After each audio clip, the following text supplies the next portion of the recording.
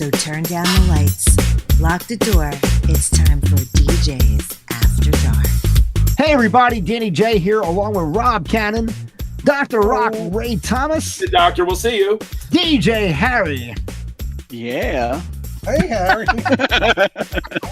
He speaks. And Matt Stunner. Hey, greetings from South Carolina. Yeah, South Carolina. South Carolina. They survived the storm. South Kakalaki. South Kakalaki. South Kakalaki. He's a crack-a-lackin'.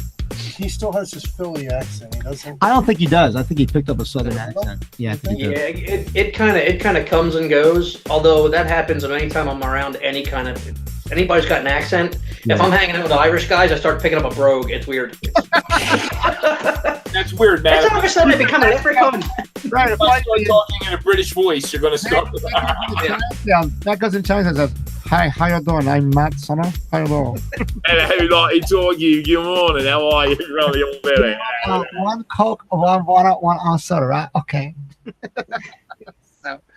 But welcome to DJs After Dark. You remember you can go on DJB Productions on YouTube. Subscribe. It's the silver head with the sunglasses and headphones. Subscribe to it. You get advanced episodes on the YouTube channel. But we also are released every single week on the podcast formats via anchor.fm, through Spotify, Google Podcasts, Google Play Music, Apple Podcasts, Caster, Radio Blast, and many, many more. It just takes up half of the show to tell everybody. Yeah, we're on everything. We're also illegally under Uncle Rob. All right, so Under Uncle Rob, we're under duress in the Like basement. the NSA, we're everywhere. We're It's like 8 millimeter. Yes. But, we're your biggest nightmare. but we got to talk about something that's actually a pretty hot subject for DJs. I don't think, like non-DJs, I don't think realize this, but it's a hot subject for DJs because it really affects us a lot. And that is the difference between what a crowd wants and what the bar wants. And what I mean by Or that, even the private party person. or the private party person, what we're talking about is that when the establishment wants one kind of music, but the crowd that they're getting in wants something completely different, there starts a war. And the only person that's getting looked at or being blamed for it is the DJ. So we're going to talk about that today. We're going to tell some horror stories because there's a lot of them. And we're going here. We've played in a lot of bars where the bar is like strictly, hey, I want Motown. That's what I want. I want Motown, and I want some little bit of classic rock because maybe the bar owners or the bar managers They were like that older. kind of music. That was that kind of music. Right. But then you have your patrons coming in, and maybe they're 21, 22, 23.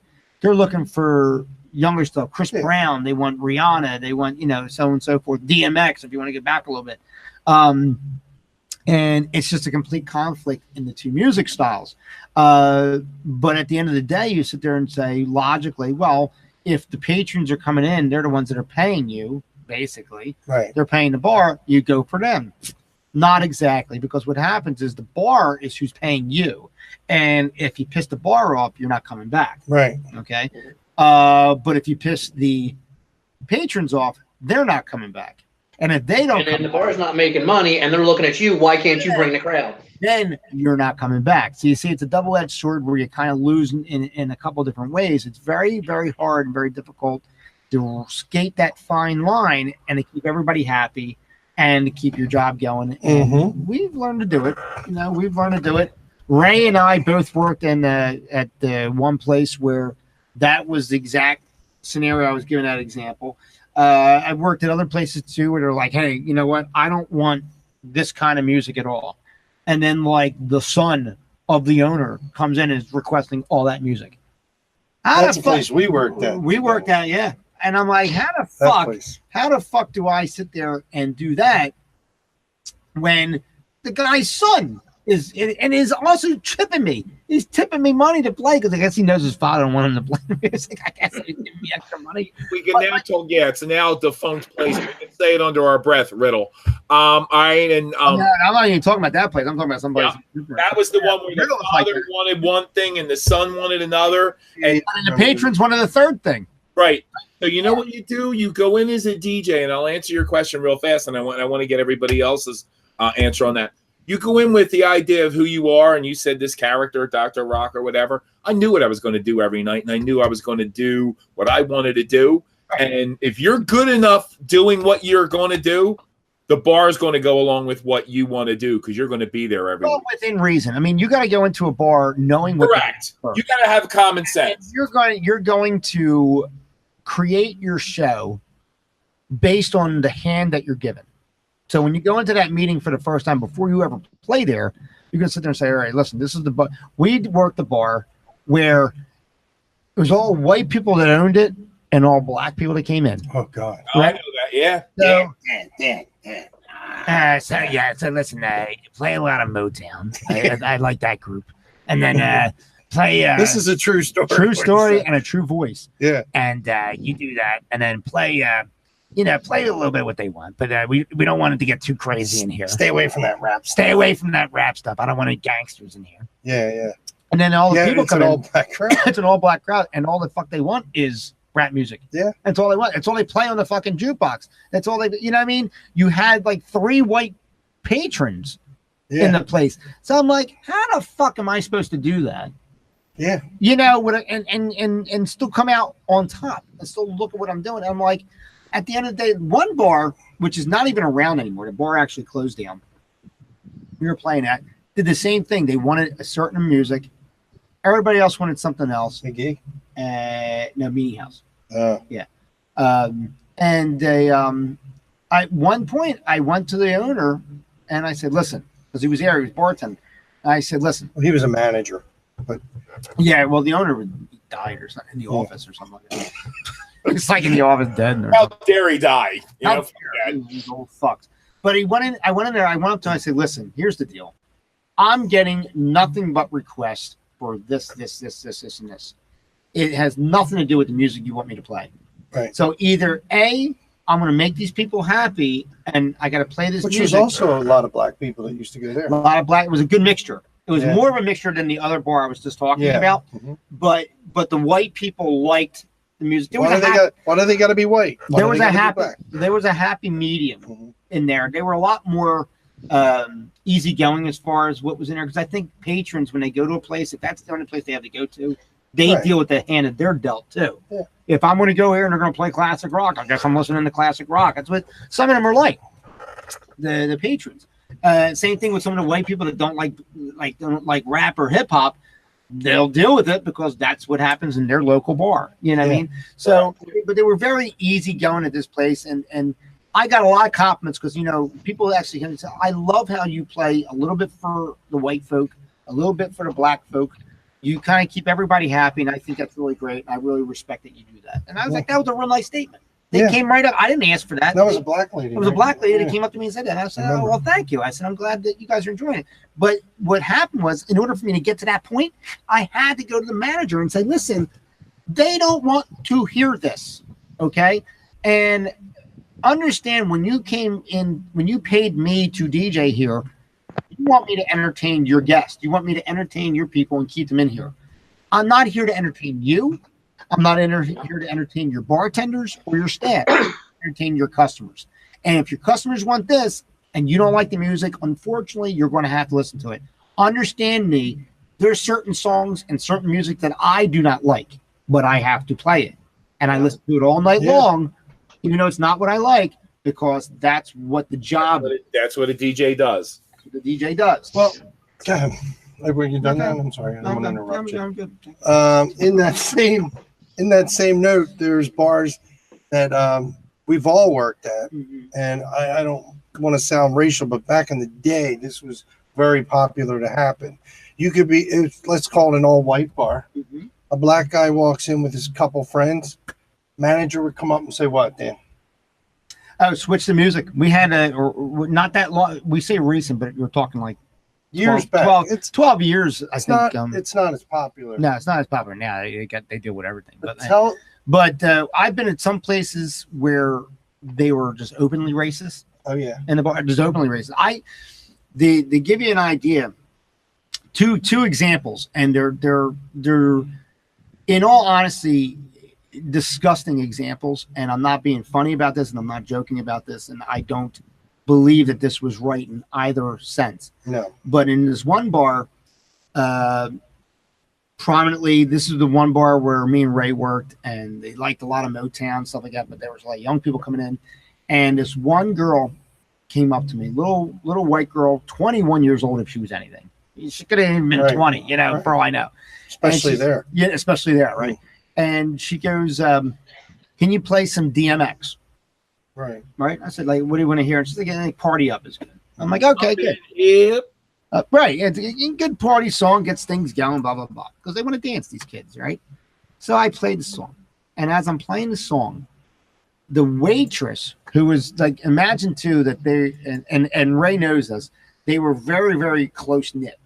What, you know what I'm talking about? Like the waitress was close with the bartenders and was close with the manager. Everybody was very, very tight. And she shouts louder than my speakers. Now imagine when you go to a bar and there's music playing and it's playing. She shouts louder than my speakers. Do you see an N-word in here? She shouts over my speakers. And I was like, right? Like I go like this. Like she said, turn this effing shit off. Yeah. Right? And I'm like, it's a request. I'm like, what do you want me to fucking do? It's a request. Right? But that was one thing. And I thought, like, granted, she was in a position where there was no black people in there, but you don't know who you're dealing with. My niece is half black. Right. My sister-in-law's daughter is half black. So, you know, I don't. Or you might be married to a black person. Or I might be married to a black person, or whatever the case. That's one of those situations you almost want to just kind of be like, you know what? If that's the attitude in here, I'm packing up my gear and I'm getting out. But now, and if you were working for yourself, you would do it. Now here's a more.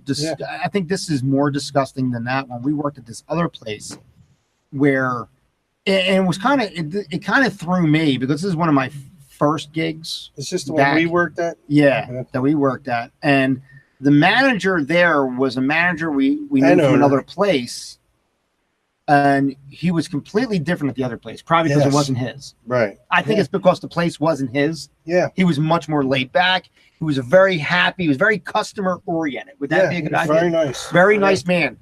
And then when he owned his own place, he became a fucking prick. Yeah. And to the highest degree, a fucking prick. And I'm playing in there. And this wasn't even for you. This was for another company. It, right? And I'm playing in there, and I'm playing, you know, your average music, and I'm playing some Kevin Little, and I'm playing DMX, and whatever was fucking hot at the time. I forget what it was. And primarily a white crew's in there, and they're all around the bar because it's like this is like your happy hour crowd that never leaves. You know that crowd.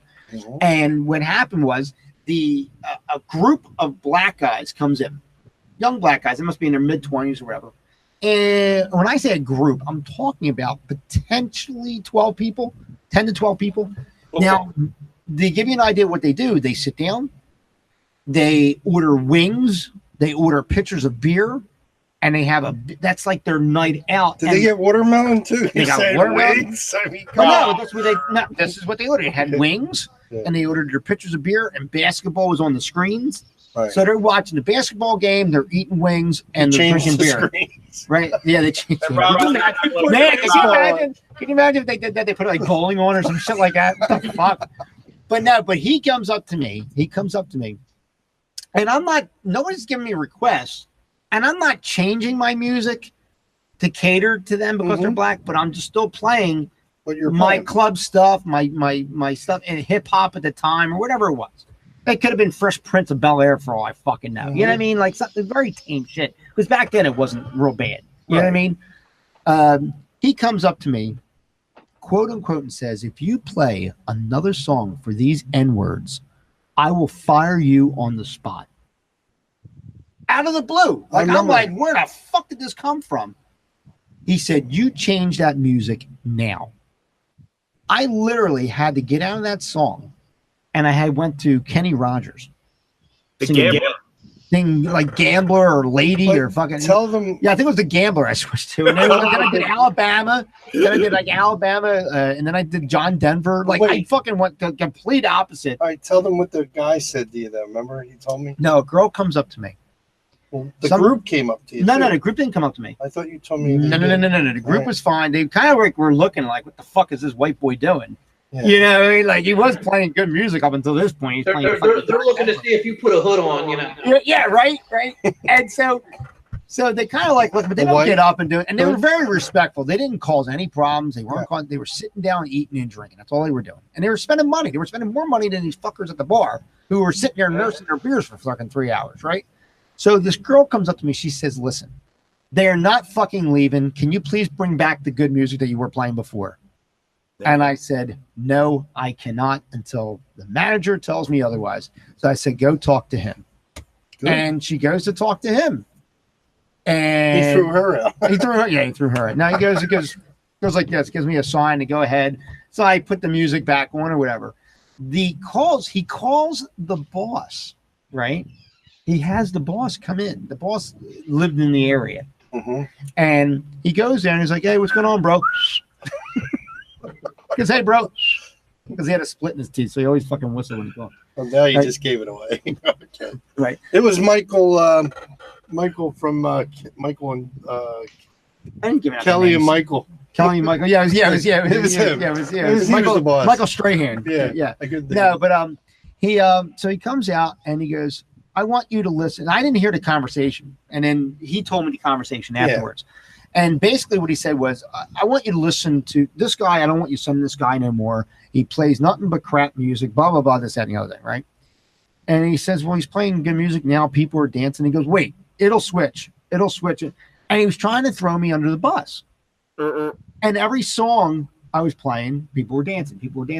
And I'm not doing anything on purpose. I just figured the boss is getting money from him or talking deals or whatever. I know nothing about this conversation. I'm just doing my job. And I'm playing what I'm playing, and everybody's enjoying it and whatever it is. So at the end of the conversation, he says to the owner, he says, "Hey, you know, he's not playing anything I wouldn't play." Right. He goes, "He's keeping people happy. They're paying you.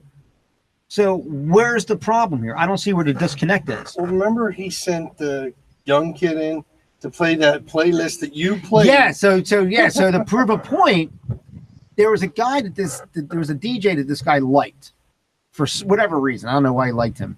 And he was a good DJ. Don't get me wrong. He was a bad DJ, but he liked him. He had a dick for him. And he left Rob's company because he was underpaid. Go ahead. Right. Mm-hmm. So what he did was, to be funny, he printed out my playlist and he told the guy, "Play this playlist exactly." Right. And that guy went in and played my playlist that I played the week before. Now it's only a week later. Played the same exact song for song, order for order. And he's like, "Oh, he had such a great night. That guy's so much better. Send him all the time." And he said, "Do you realize he played Dan's playlist?" You know, like, you realize what you're saying and what you're doing. This is the problem that DJs go through, because we're trying to keep your customers happy, but we're not there to keep you happy. If you're miserable about your life, I don't know what to tell you. But if you hire us to do a job, let us do our job. When Dr. Rock goes out and does his show and he does his thing, let him fucking do it. You know what I mean? Well, in answer to your question, and we were talking about that one girl the one girl that said to you, "Get that fucking shit." Game one, my last night that I ever played there, I started out, and you know as a DJ when you're good and when you're bad. And I started out and I sucked. In the first hour and a half, I sucked. Everything was just wrong. And then all of a sudden she goes, "Well, why don't you play that?" And I'm thinking, you're not the manager. Let me do what I want to do. And I got it where everybody was like dancing and partying. She comes up and she goes, that's what I want. That's what I want to see more of. And she was like a waitress or something like that. Yeah, and I leaned in and I said, right. She was hot. She was hot. She was hot. And I know after hours they locked the doors and everybody. Yeah, she had a twin sister who drank a lot and was hot too. Right. She had Rob was like Bill Cosby saying, "Hey, does anybody want any Benadryl?" But I didn't have I wasn't able to do that thing. All right. The thing was, that was the one night that I announced. I said, "Thanks to you, this is going to be what I'm going to say." And I knew I had health problems at the time. And I said to that H word, to where we played, I said, "Thanks to a certain people, and this will be the last night that I play here." And I had the dance floor full and everything. And I said, "I just can't go on with this crap anymore. I just can't." and everybody stood up and they said, oh my God, they lit lighters and the whole bit like that. But you're right. You're there to do and entertain the people that are there. And you have to see the people that are walking through the door. They are your crowd, not the owner that's getting drunk in the corner. Or the waitress getting now, and a caveat to his story, though, the lighters came up because there was a funeral over there. And Ray just happened to fucking bust in on that with his fucking comment about leaving. and the bottom line, I was playing "We Don't Have to Take Off Our Clothes," and then we don't have to take our. We don't have to take our. It was like a version of "In the God of the Vita." It was like 3 days long. Am I speaking to Ray or Dr. Rock? Rob, you just call me sir. Just call me sir. Yeah. Is that the same waitress that told Dan off? Like for yes. Yeah, they were twin sisters. They were twin sisters. They were twin sisters. And the nicer of the two sisters didn't work there really. No, she was only there as a fill-in once in a while. Yeah. Yes. Now, and anyway, two, like, Matt, do you have any nightmare stories you'd like to tell us about that kind of thing? yeah, I mean, well, last episode, that one bar that I was talking about during the last episode, perfect example of, again, that disconnect between what the patrons want and what the manager or owner wants. You know, I knew when I was going in there, I was kind of keyholed into a particular style, and I got to be able to, you know, feel as the manager out to the point where it's like I can get in there, play, make them happy, keep the crowd happy, but I knew I was not playing a lot of requests. I knew I just kind of had to keep my notes, and this is kind of, so, you know, just kind of stay in this, you know, this zone, whatever. And their big thing was, as I know you guys discussed during a previous episode, we want more girls in here. Yeah. We want more girls. And I remember this one night, get these 5 or 6 really hot women. I mean, like, as soon as they walked in. Right. Was that Rob? You told your wife that they were ugly, right? You know how? Yeah, of course I told my wife she was You ugly. think she's pretty? No, babe, she's ugly. My wife wasn't even in the picture at this point. I take pictures of them and I say, look at all these girls. All these girls want to know why I'm married. Understand that, Christine. Oh, boy. Go ahead. So anyway, I so just you know, like girls that walk on their hands because it just cuts out the middleman. So I'm done. Coming to you next, Harry. Get ready. Yeah. But you know, so either way, these girls come in. They order their drinks. You know, they're drinking expensive drinks. You know, the one girl, because of where we're set up, my music is actually sitting on the edge of the bar, and I had my own personal stuff kind of open because I was pulling something from there. And she notices another CD, and she's like, "Oh, can you play this song?" And it was like Bryan Adams. It was like Bryan Adams' greatest hits. Yes, I had Bryan Adams' greatest hits in my van. Yeah, Run to me. Yeah, and it was nuts. She asked for that one he did with Tina Turner. It's Only Love. Yep. And with what I was playing, it's like I probably could have slid that in, you know. And I'm like, but I'm seeing this manager that, again, I'm always on thin ice with anyway. She's on the floor. And I'm like, if I throw it in there, I'm going to hear about it. So I just say to this girl, like, hey, I'll see what I can do for you. Our typical, I just did, arm's length. Yeah, I'll see what I can do. I'll see if I can work it in. About 5-10 minutes goes by. She's coming up to the bar ready to order more drinks. She's like, hey, you haven't played my song yet. And I'm just finally like, look, I got to be honest with you. I said, that's not what the management's looking for, whatever. And manager's on the floor. I was like, if I didn't see the manager, I'd kind of slip it in there and see if I could get away with it. I said, but, look, manager's right over there. I said, go check with her. I said, if she gives me the okay to go ahead and play that, I'll have it up for you with like 2 songs. She goes over, she's talking, whatever. Next you know, this hottie that they're trying to get more of in the bar, instead of coming back to the bar and ordering more drinks, grabs her 5 other friends and out the door they go. Mm-hmm. And it's like letting me do my thing. Yeah. We know what we're doing, and we, let us cater. It's not like I'm going to suddenly go into this whole 80s kind of, set. It's like, let's throw people a bone every now and then, and that's what you got to do. As long as it makes sense. See, man, I didn't care. I went in with a show that was my show, and they knew who Dr. Rock was. And that girl wanted that song in there. I'm going to play that goddamn song in there. I don't give a shit. But here's the thing, though, too. You're talking about 1 to 3 songs, right? Correct. Usually, if someone's going to do something that's out of the ordinary or out of what I'm playing, you got to do bumpers. You know what I mean? Yes, bumper. I bump it in, I bump it out. And so you're talking about roughly 3 songs. what could it be? 15 minutes? Sometimes, most of the time, it's less than that. It can be 12 minutes. That's all you're taking out of a 4-hour fucking night. Is it really a problem to play something like that? And you tell the girl too. You tell the girl, this is your song. You make a big deal out of it. Exactly. And they're 5 friends, and they're going to laugh. And next week they're going to bring 4 more friends in there because you made their night. But if you don't play it, you didn't make their night.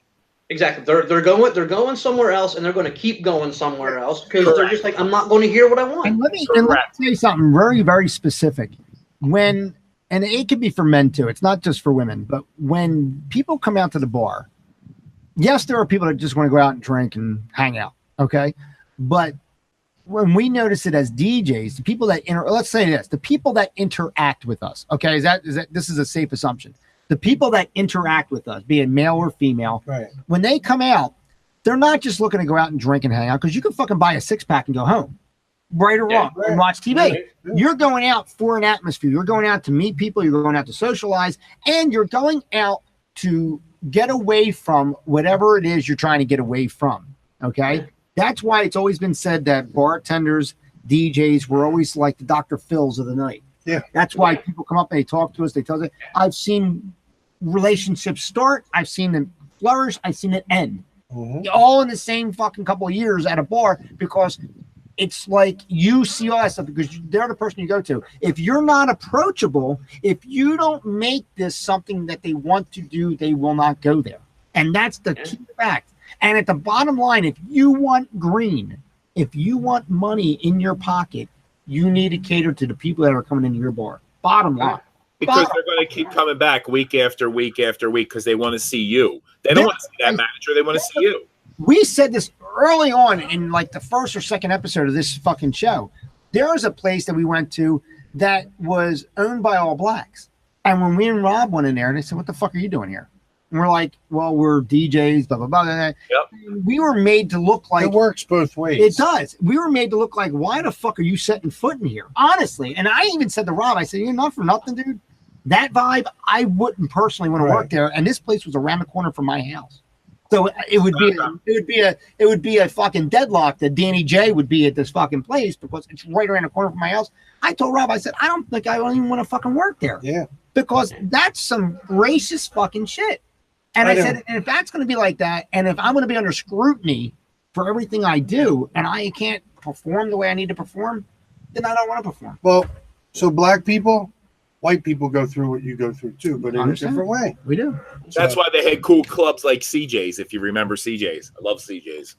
That was black owned. That was right next to the Pathmart over on McDade. You go to a club called Boulevard. Yeah, I used to go to BJ's. I used to get a lot of cereal there. Yeah. Buy in bulk. Yeah. Buy a lot in bulk. So Harry, tell us your nightmare story besides your first day, I guess. My nightmare story. Yeah. Well, tell us how you were feeling that night, Harry, because you went in there, you were like, you sounded like Tino on Bob's Burgers.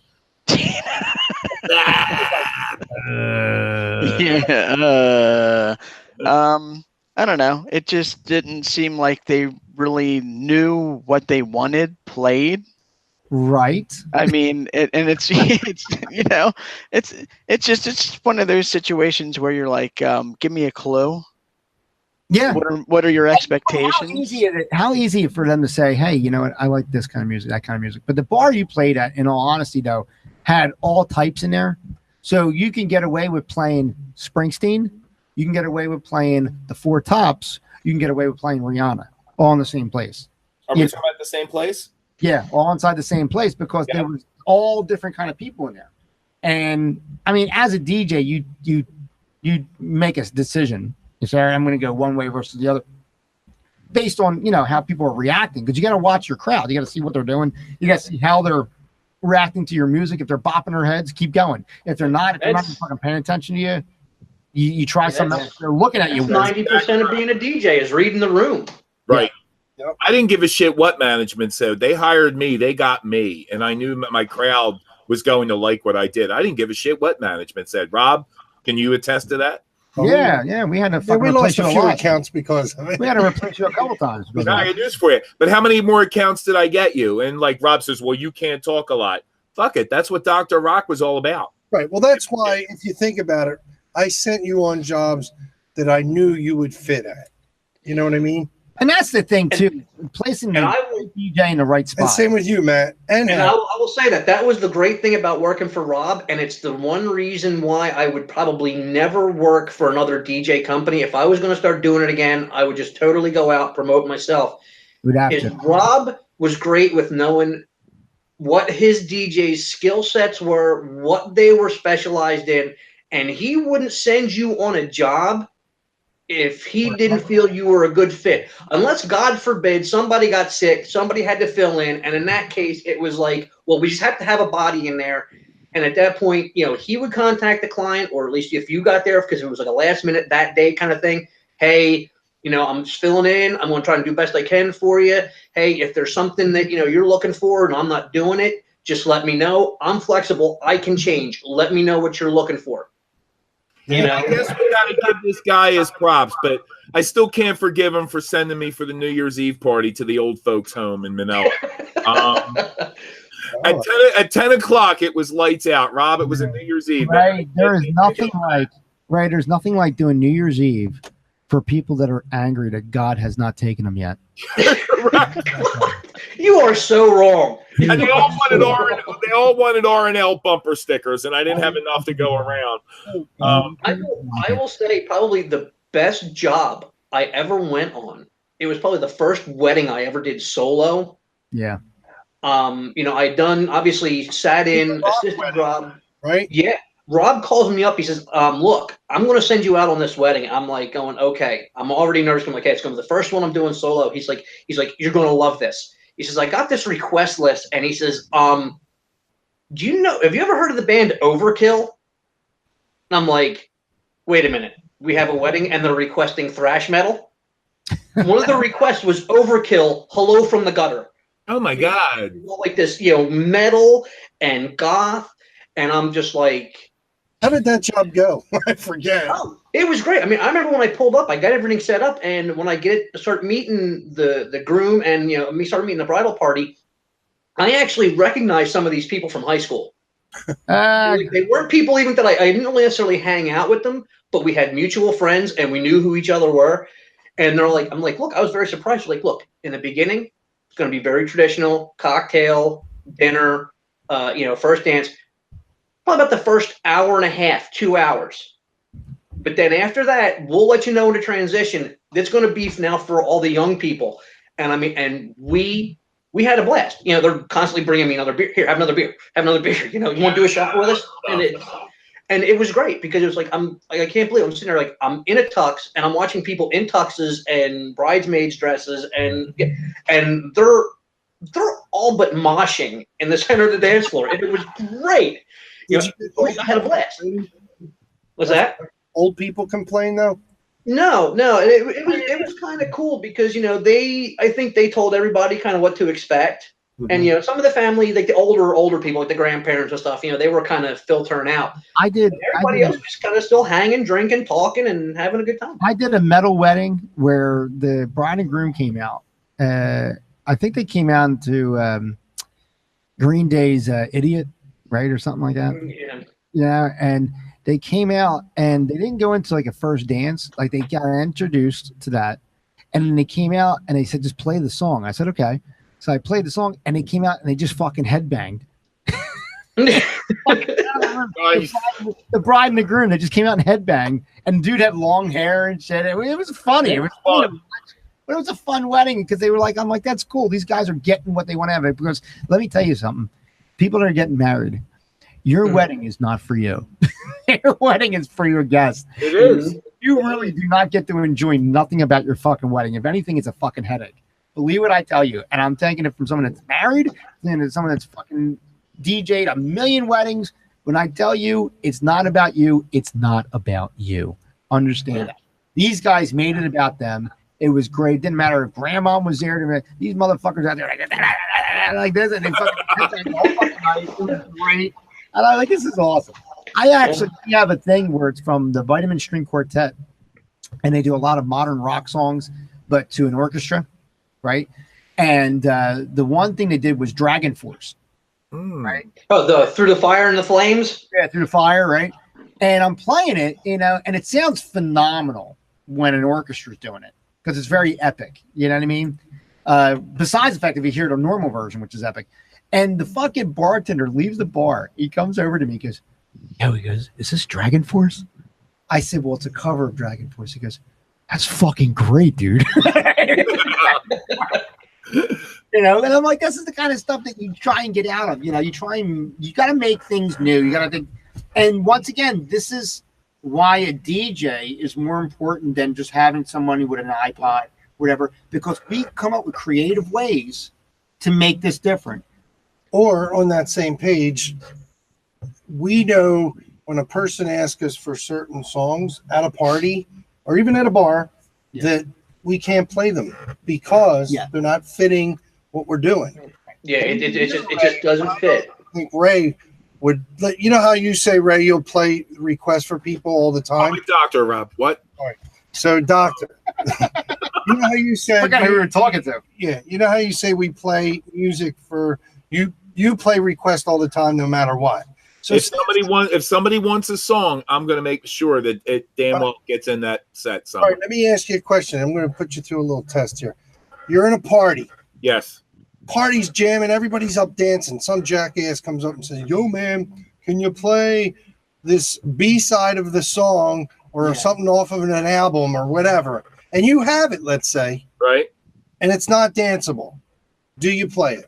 Yep. And how I'm going to do that is what I'm going to do is at the end of my dance set, I'm going to either do one of two things. I'm going to slow it down with a slow song. So everybody's going to get together and come on and dance to a slow song. And after the slow song is over, I'm going to say, due to a request from this so-and-so before I start my next dance set, let's give it up for the guy that asked for this song. And I need your hands together. Everybody get your hands together during this song. You blame him and make them fit that song somewhere. That's a good plan. And he's like, I didn't fucking ask for all this. I just wanted the fucking song. Yeah. But that's what I'm saying. I'm going to get a person's song in there, but I'm still going to make everybody happy because I'm going to tell them exactly what I'm going to do. That's crazy. Yeah. That's like a good idea. It's a very good idea. When Dan first mentioned me, one of the things he said was about, how I would sometimes throw like obscure stuff in there. And, he dead on. Yes, I would do it.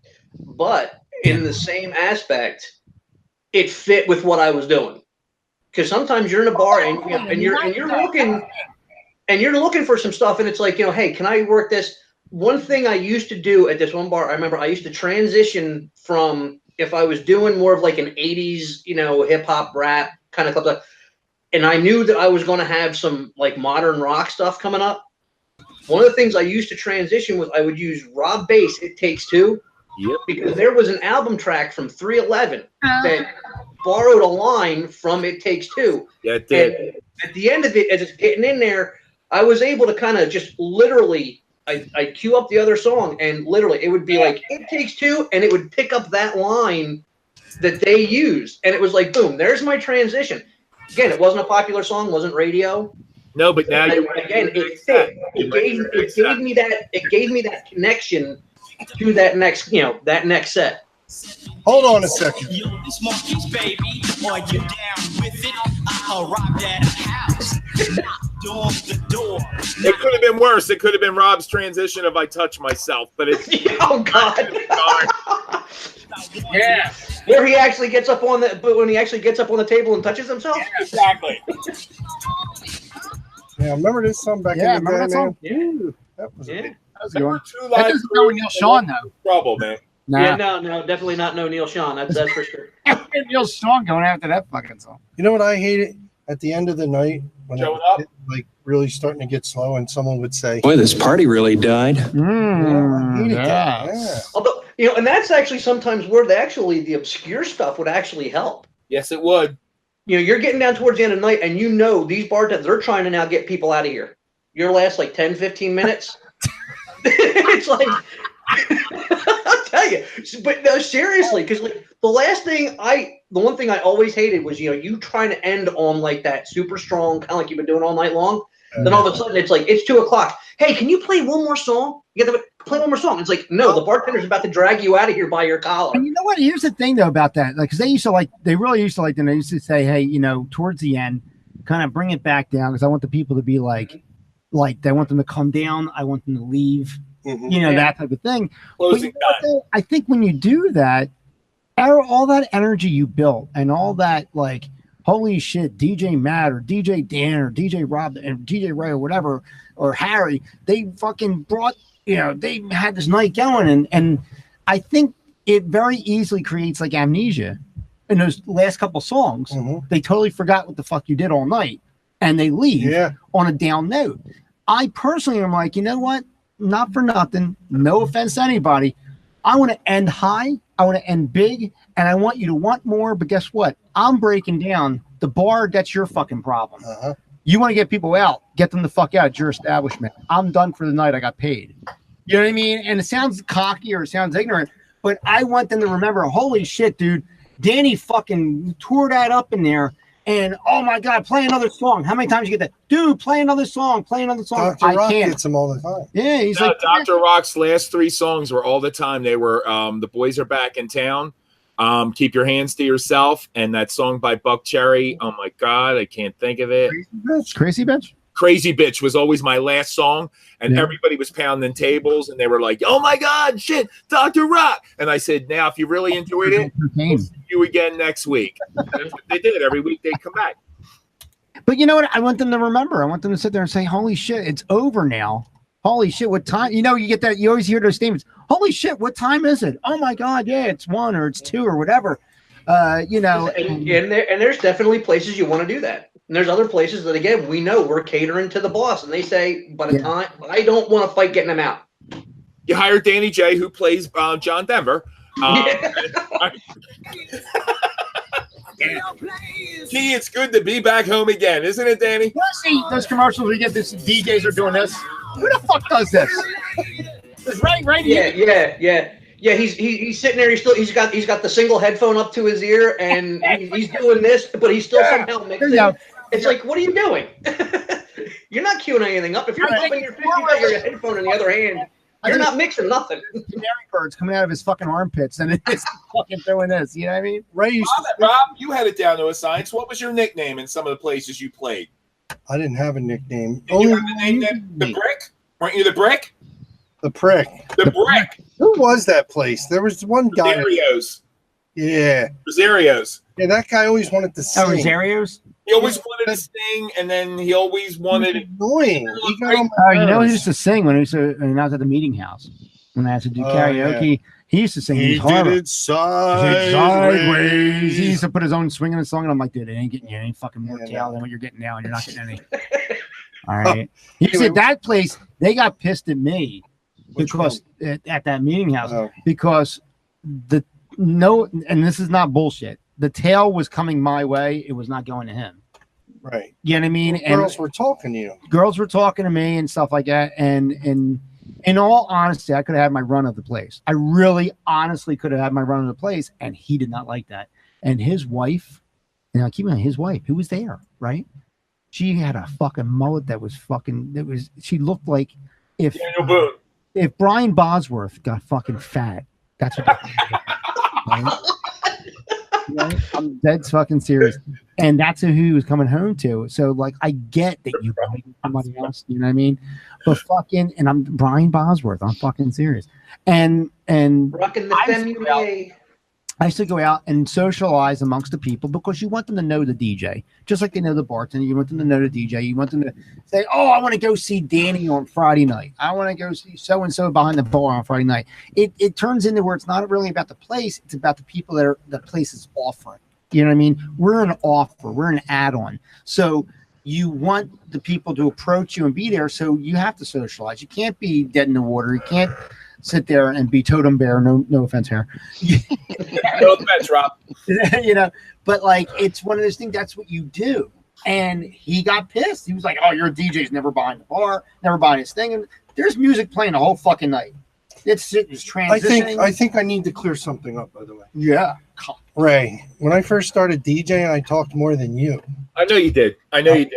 So as time went on and time goes on and things change, like records to CDs Yeah. to Oh, computer. I dig that little dig. Oh, I like that. I'm just letting you know because you like to throw in the brick once in a while. And that place, I couldn't even do my job. The guy kept on grabbing my microphone. Well, you were right. What was wrong was right in the middle of the set. Right in the middle of the set, he would go, "I want to sing now."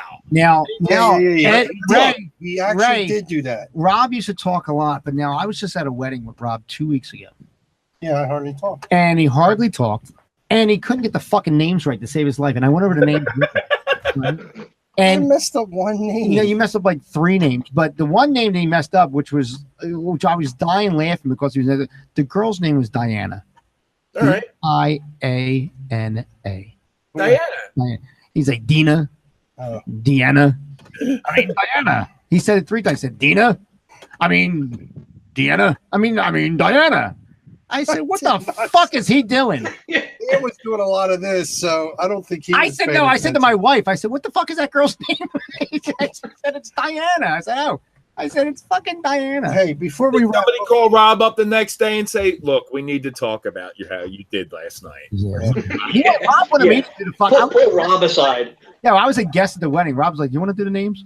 I said, do you want to do How it? about cue cards? I didn't even. He wanted me to do it first, and he's like, "Oh, we can do it together. It'll be fun." All right, listen. This was Dan's favorite drop, and then we got to wrap it up. Listen, hold on. This was actually Dan played all the time. Remember? Remember, Yeah, if I still you have do. a request, simply write down the name of the song on a $50 bill and bring it to I still play it today. I still That play it was your today. favorite. I Does it love ever it. work? Does anybody bring in a request on a? No, I get it on a $50 napkin.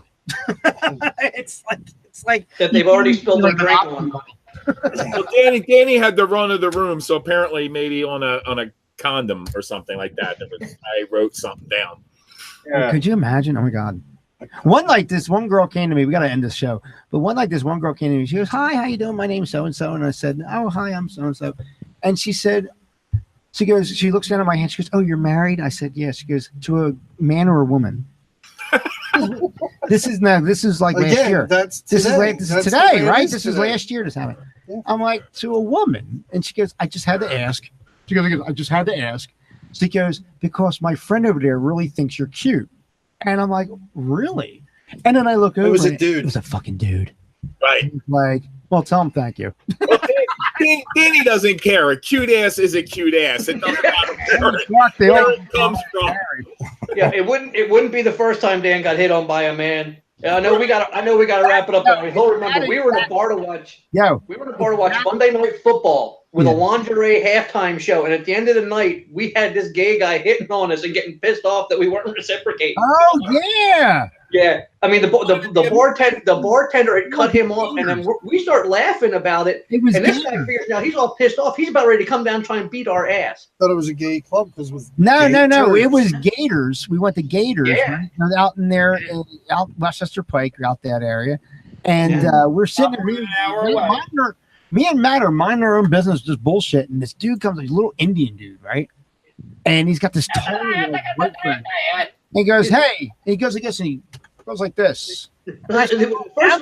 Dude's gonna The first word out of his mouth is 158, like a question, like it's some sort of gay, like 158. We're like, dude, man, it's only like 12:30, man. And he goes, "Fuck with me," right? And I'm like, "Dude, this dude wants to fight, dude. Like, I don't want to fight. I just want to drink my beer." And he goes, "Come on, for gay pride." Yeah. And Did he so say fight with me? he said, "Fuck with me." Like, fuck with me. And I'm thinking, fuck with me, like you want me to punch you in the chops, right? And he's like, fuck with me. But he wanted me to give him in his ass or something, right?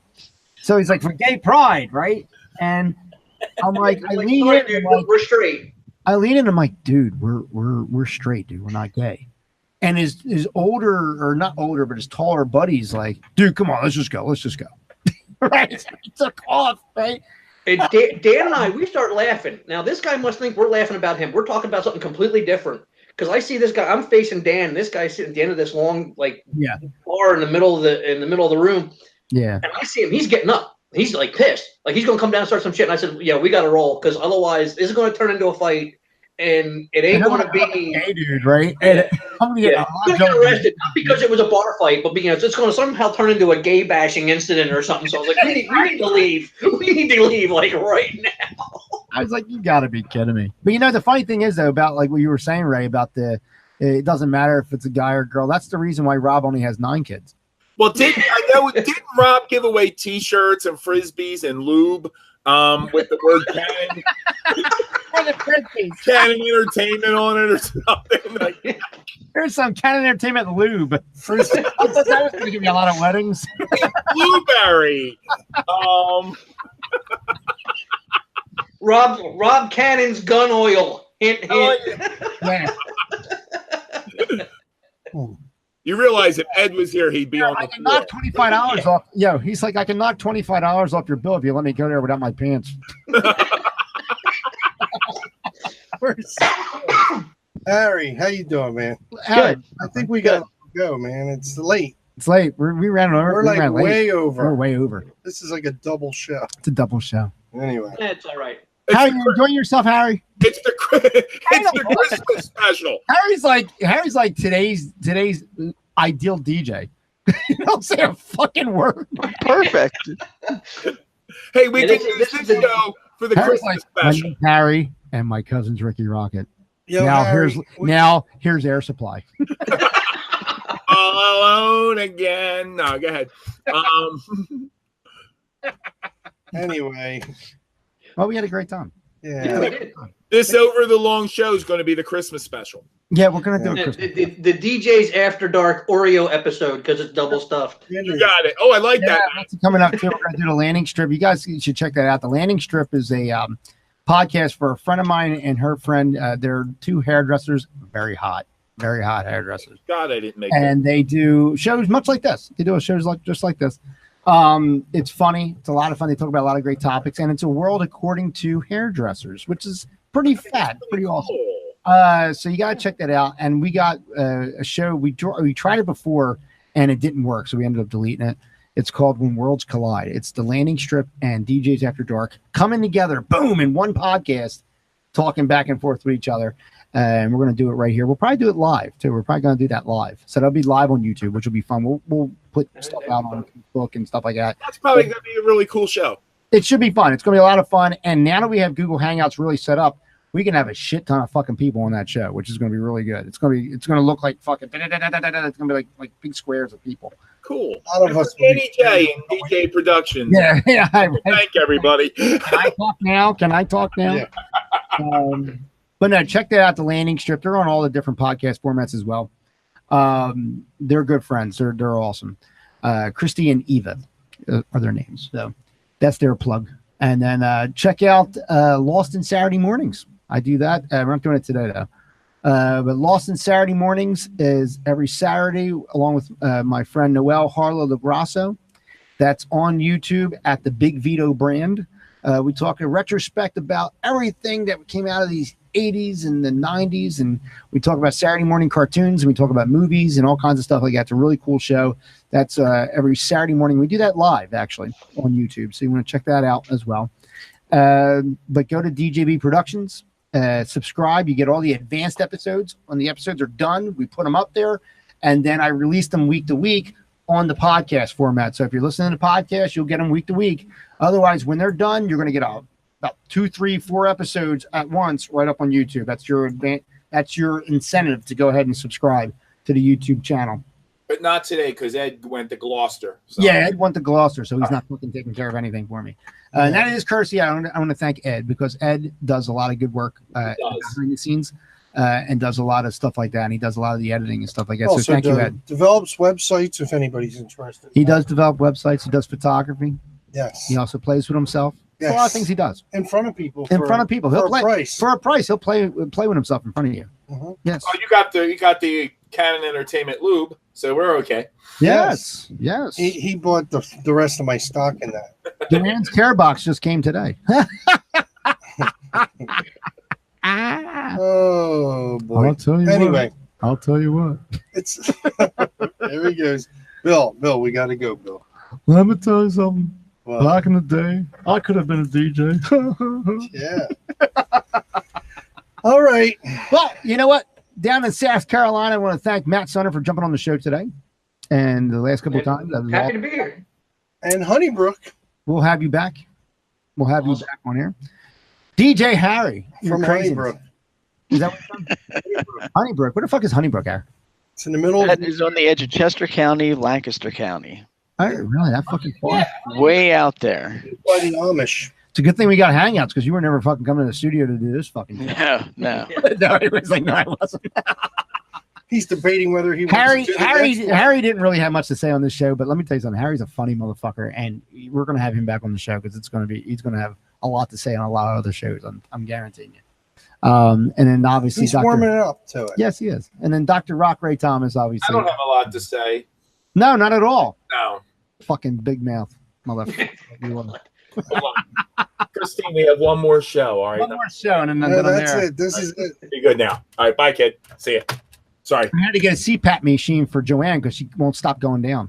Oh! Look at that. It takes balls. I went scuba diving with that one. See that? I like that.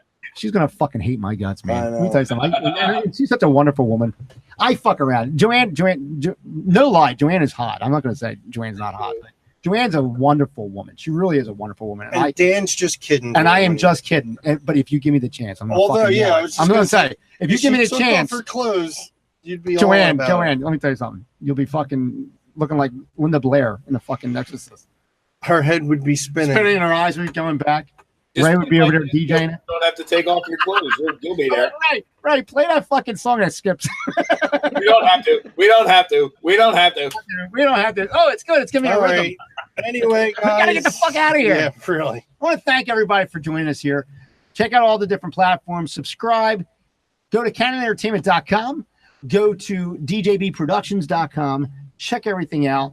Remember, if you have a party or in the Delaware County area, call us up. We'll be happy to help you out, and we're going to take care of it for you. For everybody on the show, my name is Danny J, Rob Cannon, Dr. Rock Ray Thomas, Bye-bye. DJ Harry, DJ Matt, and for DJ Ed, who's not here with us. Until next time, we'll see you after dark.